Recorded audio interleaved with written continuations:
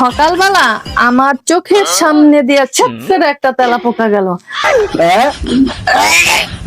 স্বামী, আমি এটা ঠিক করি নাই, তোমার টাকা বাঁচাই দিছি। টাকা না, তোমার শরীরটা নাকি দুর্বল, তোমার জন্য ডিম ভাজা নিয়ে আইছি।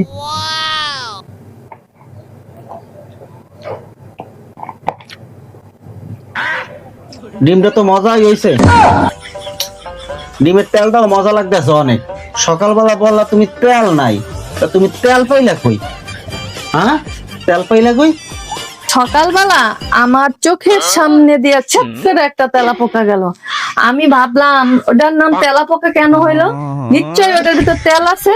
আমি ঘরের আনাচে কানাচে কোনায় কোনায় ঘুরছি, ঘুরা দুইটা তেলাপোকা পাইছি। তেলাপোকা করাইতে দিছি, দেখছি 1 কেজি তেল বের হয়েছে। তাই দিয়ে এই ডিম ভাজ্যে দিলাম তোমারে।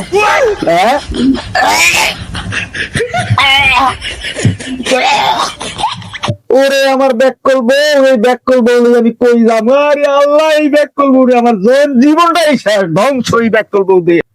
স্বামী, আমি এটা ঠিক করি নাই, তোমার টাকা বাঁচাই দিছি। টাকা